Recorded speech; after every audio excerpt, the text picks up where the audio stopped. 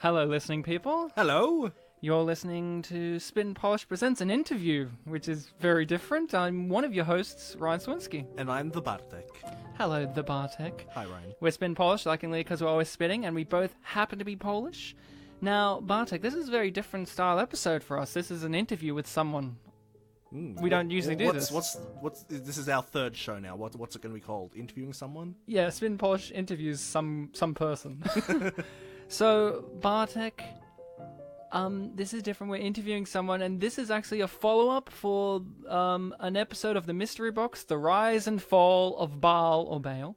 If you haven't listened to that episode, really would recommend listening to that so you get some context for what we're going to be delving into, because we have actually got someone that was in The Rise and Fall of Baal.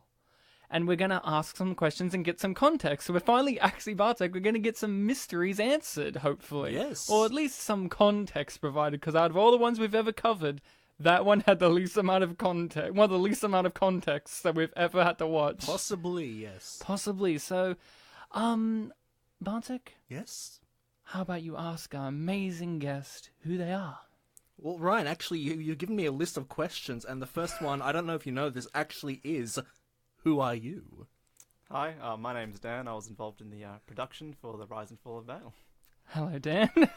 How are you? I'm not too bad. How are you guys? I'm feeling very excited. Very, very good for me too. I think you answered the first question really well. So, you were in the rise and fall of society, I guess, no, of Baal. What was your involvement in this? So I did a bunch of filming, like a lot of behind-the-scenes work. I wasn't actually in a lot of the film, but I did a lot of editing. You were in some scenes. Oh yeah, I was definitely in some scenes. There was a scene with a rabbit. I'm pretty memorable. Yeah, you there were was a scene with the rabbit. covered with leprosy. Oh yeah, there was. I did a lot of editing for the film. I did, and then a whole bunch of production, a bunch of organizing, like burning of CDs, that sort of stuff. Oh, okay. So Yeah. you probably burnt the CD. I did. I gave it to someone else, and they put the covers on the CD. So You didn't make the covers. I didn't make the covers. No. Who made the covers? That was Eleanor. She was the director. She made all the covers. Oh, she made some great covers. Yeah. she made some wonderful covers for this movie, and some of the others. You brought some of the others for us to have a gander at. Yeah, absolutely. When was this made? Do you know?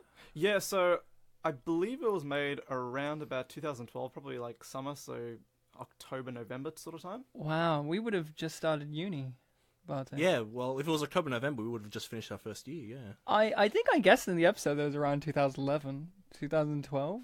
God, We definitely thought it was this decade, yeah. Yeah. one would hope it was this decade. So how old were you when you were doing this? I would have been 13, just out of year 8 or just out of high school. Oh, okay. Oh, a lot of work for a teenager to do for a film. Yeah, well, I always like to do like little films, little short projects, and so I guess it was just kind of extension of that, and helped out Eleanor in doing all the filming and editing. Cool, yeah. Fantastic. So, the rise and fall of Baal or Baal. I mean, it's in contention of how that's pronounced. Of course. Well, we're not the experts, Ryan, so... We're not the experts, so we have a rough idea of when this got made. But who made this? Who are you? What is this group of people who made this? What did you do? Who is this? So all the people involved, we're all Jehovah's Witnesses. Okay. So it's part of a religious church, if you will, Yeah. or congregation, Mhm. and kind of just stemmed from the idea that we have a lot of live performances sometimes at our conventions Okay. and live dramas, and I guess one of the people had was used to work on one of the teams, and they had a lot of costumes. So a lot of the bear costumes you saw, camel costumes, beards, robes, and so they wanted to be part of it. And so we started making our own short little films with all the props that we could get from them. Okay. Mm-hmm. Interesting stuff. Bartek, you got anything you want to ask Dan? There are a couple of questions. Good. Let's see. How long did it take to make this film? So it went over a couple of weeks. Basically, what would happen was we would organize a day, usually on a weekend, and we would have everyone come to a place, and we would do a whole bunch of the filming. on that day. That was maybe 75% of the film we'd all do on that day. And then Eleanor, the director, and I, we would start editing the film, and then slowly throughout those next couple of weeks, we'd go to other people's houses, public places, just to get the rest of the shots we needed. And slowly, build the film, I guess, yeah. Okay, yeah, because when we were watching the film, one of the things that we picked up on was the children, how they had the face paint. Yeah. It was on every scene Yeah. all the time. And, how Yeah. and it was obviously relevant for when they were the dogs that were... Was it eating Jezebel? Yeah, eating consuming Jezebel. her, yeah. So we thought, like, okay, this probably happened on the day this was filmed. So Yeah. we thought, most of the stuff with the kids was probably all in one day. Yeah, exactly. It just Right. easier to get them all done. They actually have a lot of scenes happen in the morning for them. So we Yeah. do all the scenes in the morning for the kids, and then afterwards we'd for like the teens and the adults, we'd do this stuff later in the day, so they could go home and we could have more time to do the rest of the scenes. You did have some night shoots. There was some door-to-door knocking scenes that was at night. Yeah. So those would have been in the following weeks. I think Eleanor did a lot of that filming by herself, and then would come back to me with the footage, and we'd edit it together. Fantastic. Was there one shot where there was like a cloudy day or something like that? Like when Yeah, did you they're have running through the desert or something? Yeah, did you have problems with like weather and stuff? Um, Because a lot of it is filmed outside. yeah. Honestly, a lot of the outside stuff was done in a park that's near us. Yes. So I think that was not too bad of a day. But then some of the scenes was also done in the botanical gardens. Okay. I think you saw. So I think didn't some even of- think that it was the botanical gardens. Yeah. I just thought, oh, it's somewhere in the park again. Yeah, no. So that was in the botanical gardens, and then Wow. Like you mean like the first shot when they were coming out of the bushes? Yeah, probably. Many of the shots where there's lots of shrubbery and yes. So the stuff. bushes was done in the park next to us, but the one where Elijah is running through like the desert, like you said, into Yeah. the wilderness, that was actually done all in the And ate the botanical rice gardens. crackers. Yeah, exactly. where they went nom nom nom. Yeah. Yeah. Which was so fantastic. So, I guess one of the things that you've mentioned is the congregation. You know, you've kind of explained the theatrical background and how that got started. But like, what was the beginning? Like, what was the first movie? Like, how did it all start? Like, who was like, oh, I'm gonna volunteer to direct this. I'm gonna get the camera. I'm gonna be the person who plays the villain in this movie. You know, how did this start with movies? So it all kind of started with one of the sisters of our congregation. Her name's Eleanor. She has done, like I said, knows a couple of people who have done some of the live productions. Right. And she kind of just wanted to have something that our congregation could be involved in, something to bring everyone together, something that could be fun for the families, fun for the kids, just something, enjoyable. So I think I showed her some of my stuff that I used to do when I was younger, like some of my really stupid projects with one of my best mates. And we had a camera, we had a microphone strapped to a tree branch as a boom mic, and then I guess we started on Joseph and just went from there. So Joseph was your first. Joseph was the first one. That was about 15 minutes long. Oh well, you guys got really ambitious. Yeah, absolutely. So Joseph was probably maybe like third or fourth best out of it. It wasn't too crash hot. It was on an older camera, and so the footage was less than stellar, to say. So how many of these did you make? So we made 4 in total. So we made Joseph, Classic. first one. Moses was the second one. Elijah, the rise and fall of Baal. Yeah. Was the, how did that one get that name? Because the rest of the other two you just mentioned were just like people, religious people's Yeah. names, but this one's just like, oh, we got to go with this very specific point Covers that a we lot of that we events, barely talk about in the actual movie. Yeah, so the last one was not, and you're right. The third one was the rise and fall of Baal. So the idea behind that was we didn't want to focus on one character. We wanted to focus on a bunch of characters. So I think as you saw Elijah. Yeah. And I think in the podcast you said it seemed that Elijah changed. Yes. So I was actually handing over the role to Elisha.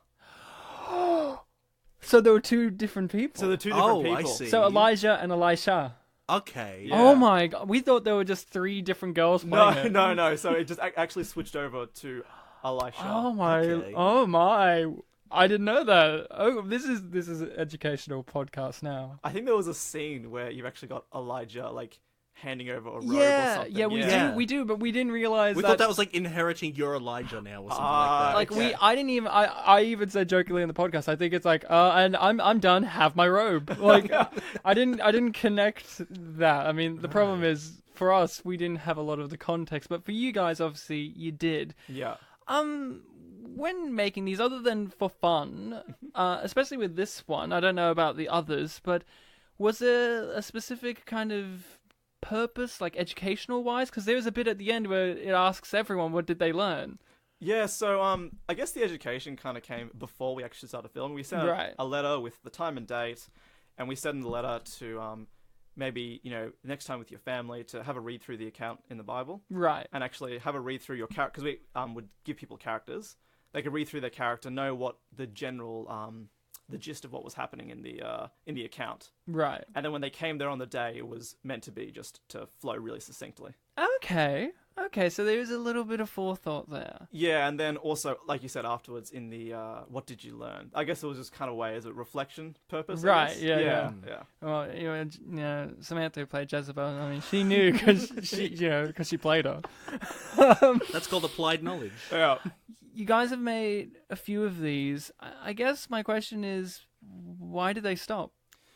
I don't really know why we stopped. I guess we just kind of we stopped making them because eventually Eleanor and her husband, they moved. Okay. But there was a period where we weren't making anymore. I'm not really sure why we stopped them, but I know that Shiz made another 2 with her new congregation. Do you know their names? I don't know their names. She didn't tell me, but I will find out for you guys. One thing that Are you scorned that you're not editing them? For? Oh, I was a little hurt, to be honest, but it's all right.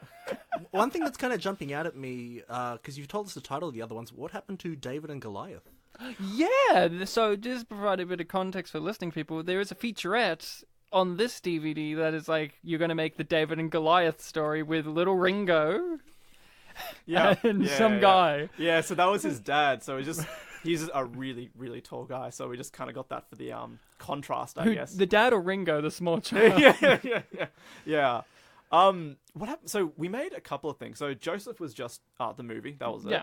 Mm-hmm. And then I guess with Moses we made like a menu, as you saw. Yes. And we made a slideshow, the feature film, and then we also made a preview just as a little side project, I guess. They weren't actually indicating that they were going to be made. Oh, I see. Yeah. So kind of like a sketch of like coming soon. This. Yeah, exactly. Okay. So on the Moses DVD, I believe the sketch was Noah. Oh no, not Noah. Sorry, Jonah. Right. Oh. Jonah. That was a preview, and on Noah, I can't remember what it was on Noah, but I will think about it. Yeah. I'm so excited to see these featurettes and in cinematic films, like before Avengers come out. It's like these ones. The end credit scene. Yeah, the post-credit scene is the David and Goliath from. Thinking back on when we saw the David and Goliath thing, it did kind of feel more like a teaser. Like it wasn't showing us like a bunch of scenes. I thought it was going to be be the future one you guys are going to make. Yeah. I mean, we didn't have any context for if that was the case or not, but it makes sense now in retrospect. So, you've kind of indicated to us beforehand, and even briefly talking to us now, that you weren't as happy with this particular one, the Rise and Fall of Baal. That you kind of wish that we saw one of the other ones. Yeah, definitely. My questions is, how was this received by your community, the congregation? Like this particular one, like was there a screening? Did everyone get to see it? And why did it not sit so well with you as one of the best? So what we do is after we've done all, we set like a date for a screening. And I believe what happened on this one is we set the date and it wasn't finished editing. Okay. Oh. So a lot of the editing process was really rushed on this one. And there was a lot of problems with computers just crashing, not saving our editing. Oh, God. So this one, and again, this one, like you said, like Noah, Moses, they were single people. This one covered a timeline of different people. And a lot of that wasn't communicated effectively when we were recording. No one actually had a script. It was although there is a script. There is a script. There was a script. There was like a running sheet. There was a script that one of the news reporter people had to read because they just couldn't be be bothered saying it anymore. Yeah. So it got handed to them. Yeah, that again, like just comical gags used over again. I feel in Elijah, like the news reporter. I think it was received probably mixed. There were definitely people who liked it, but there was definitely people who were a bit confused, even though they had studied it and actually been part of it. They were actually confused on the storyline and where it was going. And like you said in your podcast, there was characters who appeared and then were never seen again until like the very end of the film. Yeah. That's very true. There wasn't much.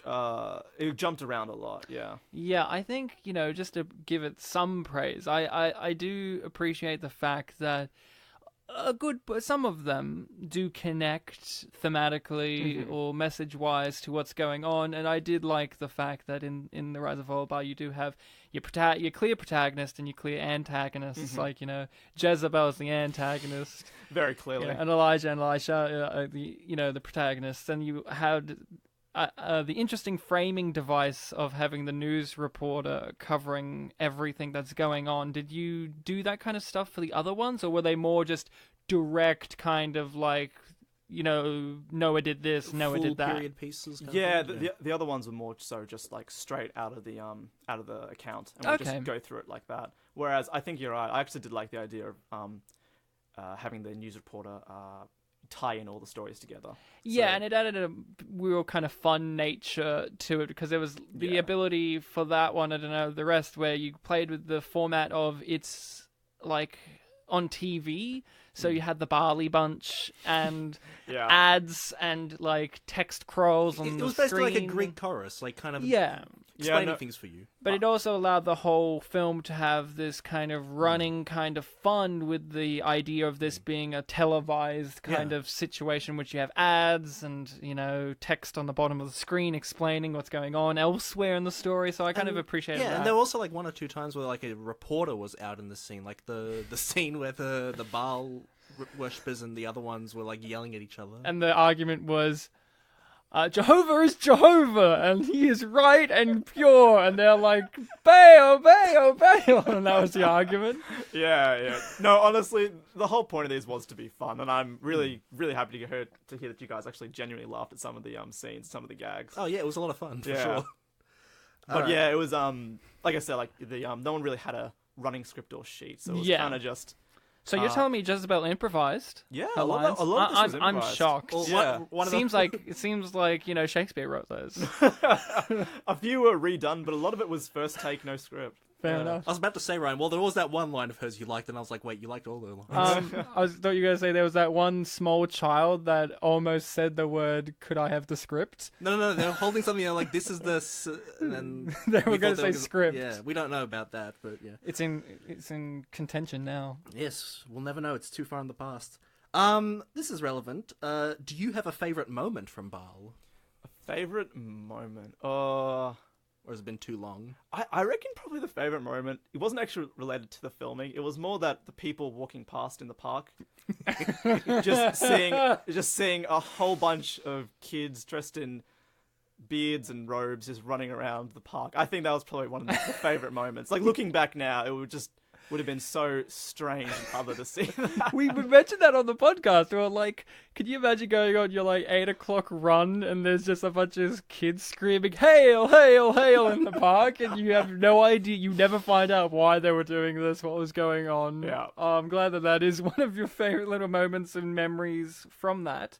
So this film had, you were editor, so they did entrust some of the younger people and children, and kids and whatnot to have some roles. Yep. Were there other like younger people who were given some more like behind the scenes roles, or was it mainly adults and you were the exception? It was more mainly adults. We did have some people handling the camera when I was in scenes or someone else was in a scene. Right. We had a lot of adults do some catering, just like bring some snacks and refreshments throughout the day. Right. We didn't really have, besides Eleanor and I, it really was just us two in terms of production. We did a lot of the stuff behind it. It was a lot of long nights of just editing and trying to make things work together, and just, like I said, computers crashing, losing progress. It was very, the deadline was set too close, I think, and just really rushed everything. But otherwise, it was a pretty fun. It sounds like we've gotten a very, very key person for our interview, Ryan. Yeah, I wasn't, like, when I contacted you, I contacted a bunch of the people, and you were the only brave one to reply. I didn't expect you having been the editor. I thought this was going to, like, I couldn't remember you being credited as the editor. I just remembered you being credited as one of the first actors in the movie credited for some reason, even though you're barely in it. Yeah.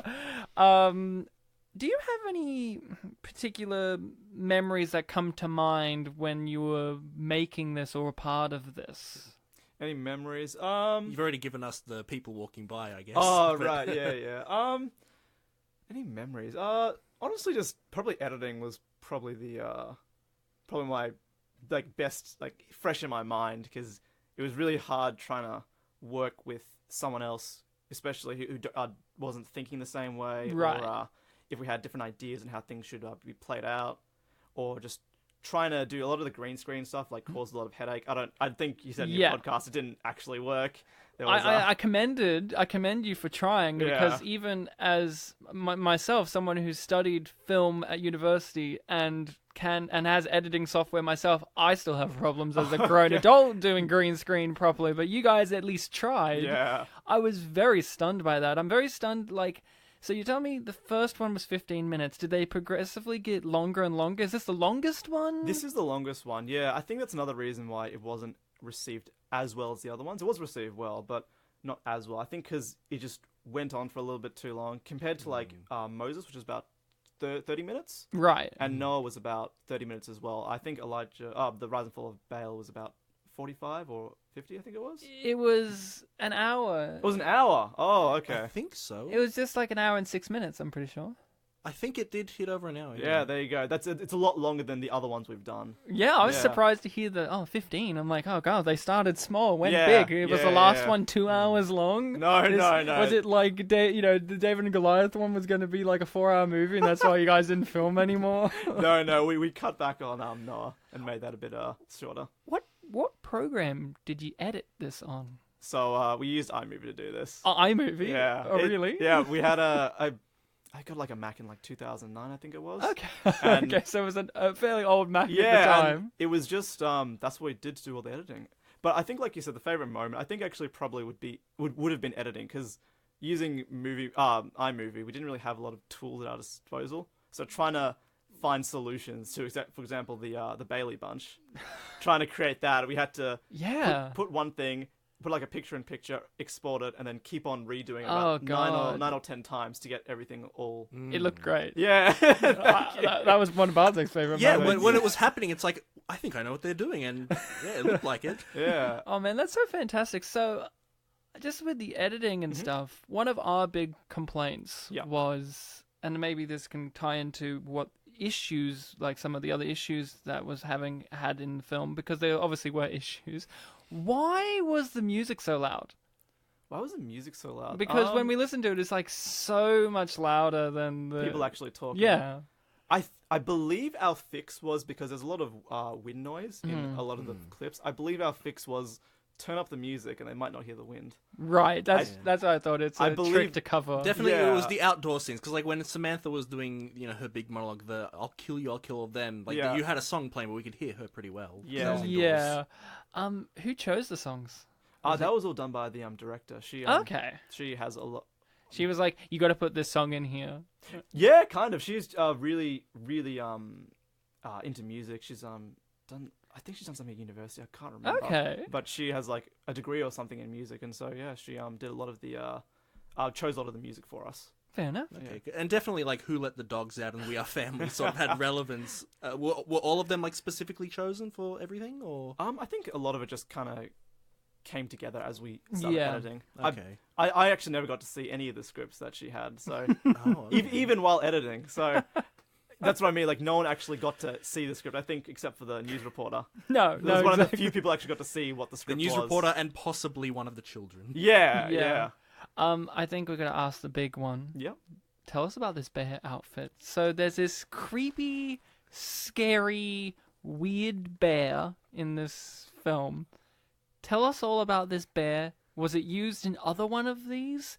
Does someone own this bear in the congregation now? Like, what is with this bear? It's so it's on the cover. Like, you guys are very proud. Yeah. It was one of the costumes, like I said, from the live productions.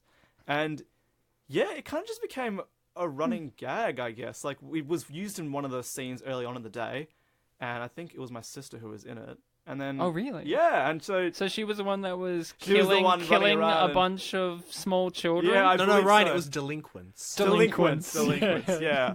Which is a biblical term, of course. And then, yeah, people kept on wearing it throughout the day, and then it just kind of would pop up in scenes, and yeah, I think everyone just really loved the bear so much we put it into the movie a little bit more. Where is the bear now?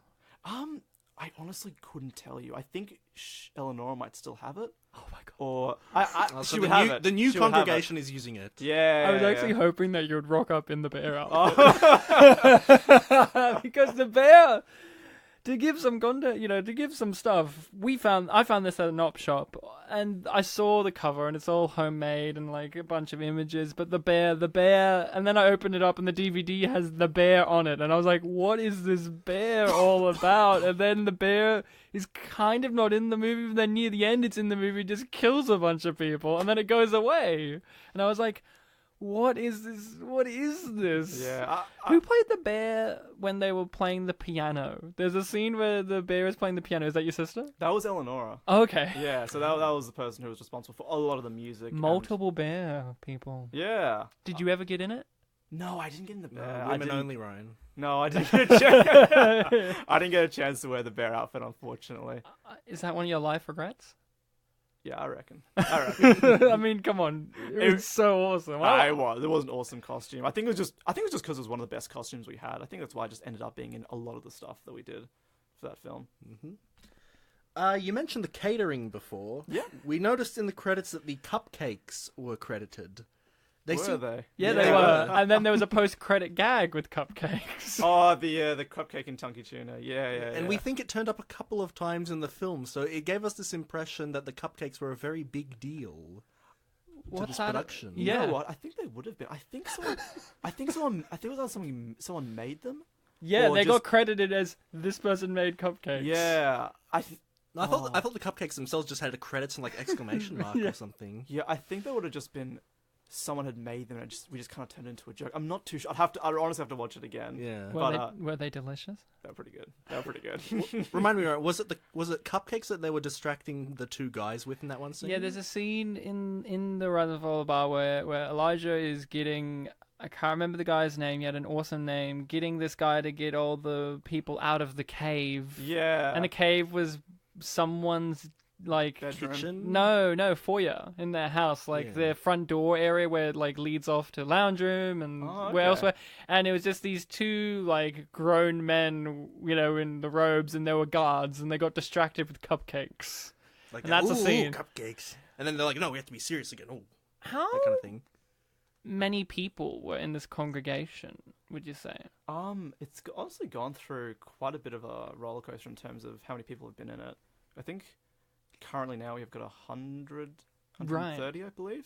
At the time, yeah, it was probably probably just a little bit less. So you're still in it? Yeah, I'm still in the same congregation. A lot of the people in the film have actually moved on. Okay. But I think it just moved on Oh. from the religion or different congregations? moved to a different congregation. Okay, fair moved to a enough. different congregation.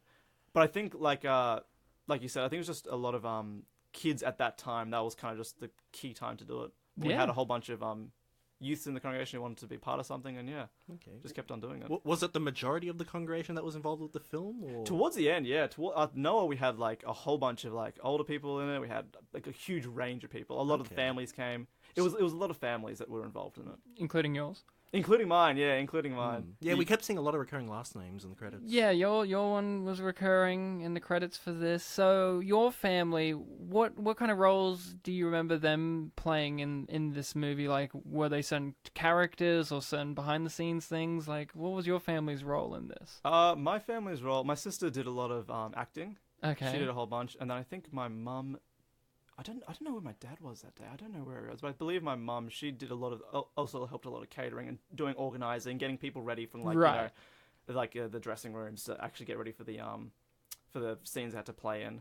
Okay. So a lot of just organizing people around. Wrangling them. Yeah, almost like that. Trying to get them ready for the scenes, that sort of stuff. Was there? Well, you weren't as present filming, but you did some of the recording. Was there any issues working with so many different age groups of kids, like the smaller kids? Was there like any kind of things that had to be worked around, or was it finely tuned by that point because you guys had already done a few? Not particularly. A lot of the kids knew what they were meant to do, Right. and kind of just enjoyed it. I think there were some little hiccups, but we just included them in the movie because it wasn't like a serious thing. Yeah, it wasn't. Again, like you said, like the credits of the Cupcakes, it wasn't meant to be, a proper, credits. It was just meant to be something for the families to enjoy and a little bit of inside jokes here and there. Yeah, like one of the things that we didn't actually talk about in an episode, I don't think. One of the things I got to commend was it didn't seem like any of the people that were acting in it, maybe one or two of the little kids, had really any kind of stage fright. It seemed like everyone was really on board. It seems like everyone was improvising and they were just doing it their own way and trying to make each other laugh, but there was no one that was kind of like, oh, I don't want to be doing this, which is actually kind of relieving to see, because usually, when you're working with a bunch of kids and blah and all this kind of stuff, some of them don't want to do it, but you make them do it anyway. So I'm kind of like, that's one of the things I kind of enjoyed as well, actually, thinking about it. Like, there was no real kind of stage fright. And for sure, because obviously, Ron, we do the mystery box, we kind of do want to laugh at some of the poor productions. Definitely, if there was some discomfort there, that would have been a big point that we would have latched onto. Yeah, honestly, all that credit goes to Eleonora. She's got such energy and such a way with people, I guess. Just really got everyone involved. And like you said, it just really quelled everyone's fears about stage fright, if there was any, and they just really got to enjoy and have a fun day. So, you're still a part of a congregation. Are you guys making movies? We had plans to make another one. I think it was going to be David, but we just... Oh, Daniel was it? I think it was? Yeah, but we just... Make one about you? No. on this interview? No, just another Bible character. Can the girl who played Jezebel play me in the interview of your story? Sure. Yeah. And she's just like, so then, you're gonna kill you, I'm gonna kill your family, your friends. Question, cupcakes, were they delicious? You better answer yes, because if not, you're dead. And the boy that plays David will play me. Yeah, exactly. And then she's like, all right, interview over. So I'm going to put on some makeup. I'm out of here. To jump on that, though, the delicious question is actually one of the questions. Yeah, I also. Yeah. Did she get multiple cupcakes because she was lead star? She had a scene in which she was allowed to eat a cupcake, and she was the best. I'm not sure she received multiple cupcakes. I just think the cupcakes and the whole bear thing just ended up just being, recurring jokes. Like in Moses, we have a couple of ones where one of the guys forgot to say a line when he was marrying two people, and he forgot the husband's name, and so we just have kind of jokes that just kind of keep on going throughout the episodes. And even today, with some of the people I know, we still will reference it and laugh about it because it's just some of the best times we had, honestly. So you still keep up with a lot of these people, even the ones that aren't in the congregation? Yeah, a few of them. A few of them moved to a different congregation. I haven't been able to see them, but a lot of the people are still in my congregation, and I still catch up with, because their family's still in the congregation. Yeah. So I can still see them on, a semi-regular basis. Fair enough. I think I will start winding it down, but one of the things I want to ask is, what did you think of our episode? Honestly, I thought it was great. I really enjoyed it. I thought it was funny just to hear an outsider's view. Yeah. So to see someone with absolutely no context on an already hard-to-follow script trying to make sense of this. I thought it was really funny. I thought a lot of his criticism was totally fair with the audio clips, with having a bit of issues with timeline. Yeah. But honestly, I really enjoyed it. And I think a lot of the people who did listen to it enjoyed the episode. Is there anything you feel from our episode that needs, like, from your side of it, needs more clarification or even a rebuttal? Like, when you were listening to it, was anything, or thinking about it now, was anything you're like, no, that was clearly this, or, like, stuff like that? I guess the Elisha thing would be one. Elisha, yeah, that was one. Yeah, the Elisha thing, I think, was definitely one that there's actually two different characters. Maybe some of the things where it sounded like, I think you guys said it didn't look like there was any sort of, like it was just all done improv. Yeah, all was done, because a lot of it was done improv, but there was actually a bit of a running sheet that we had that we followed. Right. Yeah, but honestly, I didn't really have too many complaints about it. I actually really enjoyed the episode. Oh, I'm glad to hear that.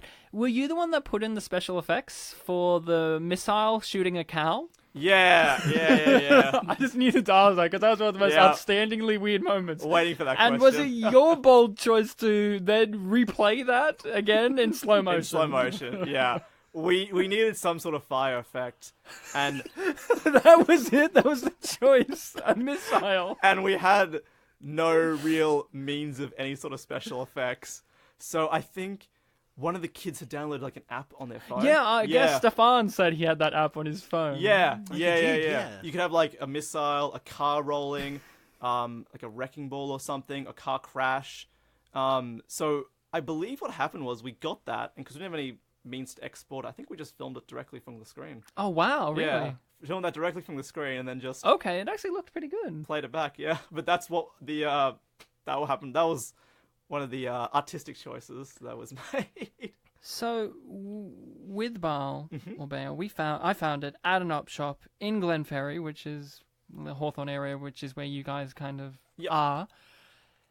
The big thing, the big mystery of this is we've contacted you, you edited it, you burned it to people.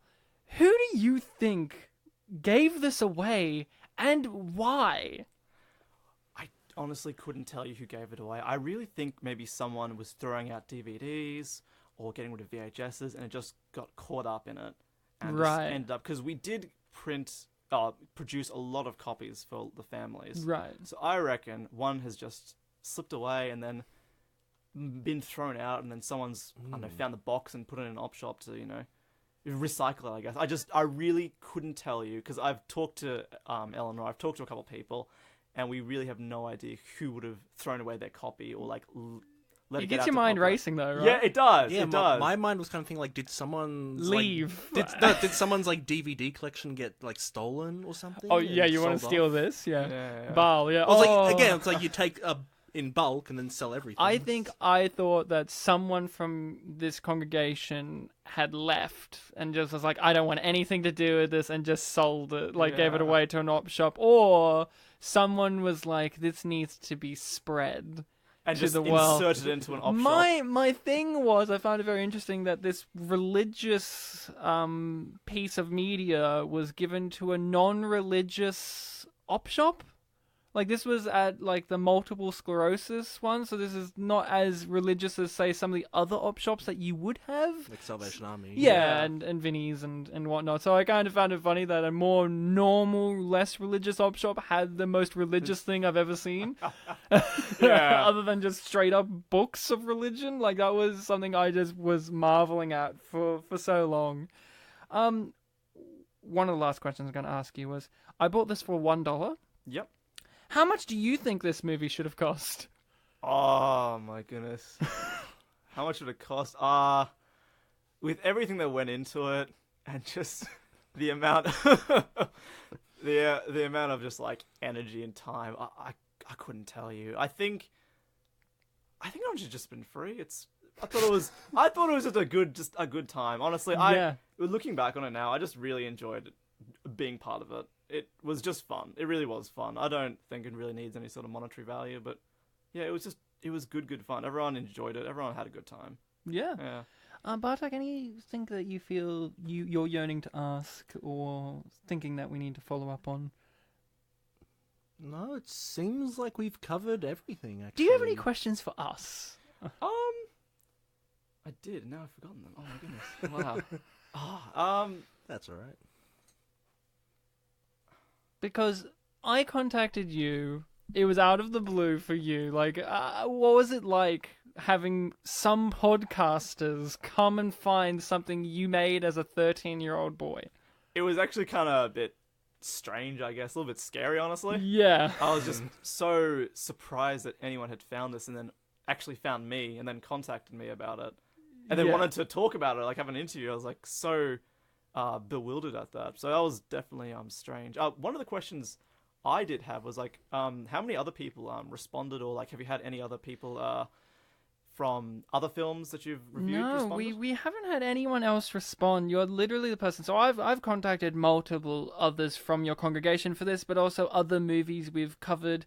And sometimes it's hard to find them. Like, we did an episode on Finding Emo, and that movie didn't really give names. And we're like, we never got context. Or some filmmakers or some other people just don't contact back, or stuff like that. So you're literally the only person ever. And hence this is a first-time thing for us, where I was like, oh my god, we're gonna actually get some answers to this, Yeah, because I remember in the episode we were just stumbling through. We weren't even sure if it was Jehovah's Witnesses. We were like, I don't know, it could be. I mean, I don't want to just guess this because who knows? When I went home and I googled some of the names we heard in the film, it kept bringing up results for Hebrew Bible. I'm like, oh, so was it Yeah. a Hebrew? Who knows? Because when you look up the phrase, there's nothing else labeled this. No, and there's really, like you said, there was absolutely no context for this DVD. I guess if you don't have anything further to ask us, I do have, I think, the final thing, and this will be a bit of work on you, but could you explain with clarity now who and or what is the rise and fall of Baal? Like, who is Baal and what was their rise and fall? So Baal was, I believe, a deity or a god, a false god, mentioned in the Bible in one of the Hebrew scriptures in the Old Testament. And the film was kind of a following of their worshippers. Right. And it was Elijah and Elisha disproving what their claims were. So, for example, the altar with the cow, disproving that their offering would be consumed. There was the Jezebel, like you said, who is the queen, and she was also a follower of Baal. Yeah. And so it was kind of just disproving that. And it was more so, there was not much of a rise. It was more so of the fall. Right. And it was showing the key figures from this following being eliminated. So you had the king, Queen Jezebel, you had the followers, and you had the delinquents as well. Those dang old Yeah. delinquents. There was a Jehu somewhere in there. Jehu became the leader after they slain Jezebel. Yeah, Jehu was he was played by one of my mates. Yeah, he was he was one of the advocates for the true worship, and so followed through with killing Jezebel. Just talking about Jehu for a second, it does remind me of the special features on this DVD is DIY of a mummy, which is 6 minutes of raw footage of people wrapping toilet paper on some guy in a park and then throwing the toilet rolls on the ground. Why that? Did you put that there? Who put that there? Why is that a special feature? Why does no one talk about who made the cart? That was what we said. Like, Jehu's riding on this pretty awesome cart. And I'm like, why isn't there a featurette on making that? Why? What's all that all about? And the license plate Jehu rocks, Exactly right. Exactly right. So why did the mummy get attention? Like, when we watched it, before we even watched it, I was like, a mummy? And then throughout the watching of it, I'm like, guys, there's going to be a mummy at some point. And then it's literally the end, and it kind of doesn't really factor into much. Yeah, I don't know why we put that on as the... we should put the making of the cart, because our family made the cart, actually. Oh, really? Yeah, we made the cart. So we made it out of some, I think, plywood and just some wheels we found. I think towards the end it actually, got destroyed by people riding around in it the whole day. I was going to ask, do you still have it? No, and no. did you ride it here? No, right there in the bear costume. With Jezebel. Oh my lord, that'd be so good. So your family made that cart because that was awesome. We thought that was awesome. Why didn't we get a behind the scenes on that cart? Because the mummy is just like a guy in toilet paper, and it was just like, but this cart's really awesome. I think I don't know why we put that on the start. I think it was because one of the families, maybe they weren't there on the day. Right. So I know in Moses, some of the scenes that we filmed outside of that initial filming day, we did because either they couldn't be there on the day or they had something else on. So we did individual scenes with them. I don't know exactly about the mummy, but I know that in the episode you said about cleaning up the toilet paper, and I can assure you we cleaned up the toilet paper. I knew that was going to be something you would bring up. I was like, no, that toilet paper. Yeah, we're not litter bugs. No. Ryan was very big on this whole toilet paper roll thing. Well, I was just so annoyed because it's just like, well, there's no evidence from what I've got that they are cleaning this up. Yeah. I was just like, what would Jehovah say about that? And scummy me giving the benefit of the doubt.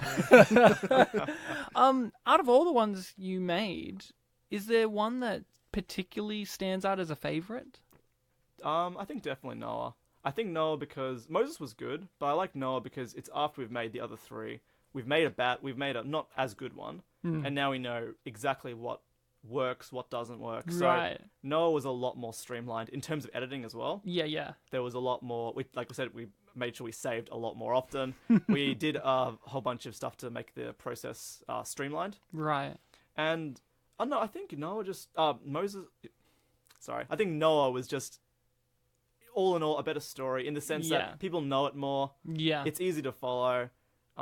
So the music in Noah was probably some of my I'll be favorites honest, as well. one of the reasons I did get this DVD was I didn't know anything about it. Like, if I saw the Noah one there, Yeah. I may not have grabbed it because I thought it would have been just pure religious text. Right. Well, the Baal one, I even said it in the episode, I didn't know what this was. It could have been like a cult made this, or some kind of prank, or a snuff thing. I didn't know. So it's got this really haunting image, and then when you look it up, Baal, the Rise and Fall of Baal, nothing comes up, like nothing. There's no context, and that's kind of what I was like. Yeah, we mentioned that we kind of cheated because we don't look up these films at all until we watch them. And, but we were holding on to this one for so long because no one was randomly picking out of the box that we just had to watch our curiosity got the better of us. We looked it up, nothing, and then what actually happened was our guest Stefan picked a DVD that has like 3 films on there called like Kids Only. But the DVD does not work in the slightest, so he had to pick another one, and it was Baal, and we were really happy. I cheered. Yes. I cheered. I actually shouted, "He picked it, Ryan!" Bartek, if there's nothing else that you can think of, I'm pretty satisfied. I'm pretty satisfied too. Yeah, me too. Thanks, Dan, so much for coming on. It's so nice and great of you, and for someone from, your congregation to come on and talk about this, because, one of the worries I had was, like, it's kind of intimidating for coming on for a podcast, but also, like, having people find something that was something in your childhood and something of, your faith and all of that, and having a bunch of just two guys and their friend just kind of just rip into it for not understanding a single thing. So I really commend you for, chatting with me beforehand, going back and forth and listening to the episode and, sharing it around with people in your congregation. Hopefully they enjoyed themselves with it and didn't take it too seriously. And, actually coming on and talking to us and kind of giving us some explanations of what we watched, because we did need some. Absolutely. And it was just such a pleasure watching it and now finding out more about it. When you say Bartek? Definitely, yeah. Because, there was some high points in that, which is Jezebel, which I think was probably the most enjoyable part of the episode for myself, was just talking about Jezebel. Doing impressions of her. But was there a single voice insert of her lines that you didn't use in the episode? I think one of the restraints I had editing was not to just use every audio drop of her. There's literally one I love so much that was just like her and Elijah or Elisha arguing, and Elijah's just like, Jehovah is going to kill all of you. He's going to kill you and all your followers. You're going to be struck down dead. And then Jezebel. This is what I love. It feels like there's this kind of meta commentary with Jezebel, because it's kind of like she's just like, oh, merciful God then, is he? And it's just like commentating on like how brutal Jehovah is if you push them. And it was just like one of my favorite things. Like Jezebel, like I was gonna ask, like, she's a part of the congregation, yeah? Yeah. Because it did feel with like a lot of her lines, she was like that outsider person that like she really enveloped that kind of someone who didn't follow the faith. Because she has these comments that are very like very breaking fourth wall. Like this one's like, my God's gonna kill you, and then like, oh, merciful are they now? Like that kind of stuff. And this is coming from a woman who got a farmer killed by having people throw bread at him. Yeah. Well, thank you, Dan, so much. It's been such a pleasure. Bartek, thank you for coming on and asking questions, and thank me as well. And let's thank Jehovah and Ryan. Jezebel again. We've got to thank her, because if we don't, she's going to come over here and kill my dog and my followers and my friends and everyone involved. And she won't be acting this time. No, She won't be acting. She's not acting. She's deadly serious. Well, thank you very much, listening people, for hearing our interview. If you want, share this around and, all of that good stuff. Obviously, if you haven't already, I would still recommend listening to the Rise and Fall of Baal episode. It's still a great episode to listen to, even if you've just heard this interview. And I guess until next time, remember to be kind to each other.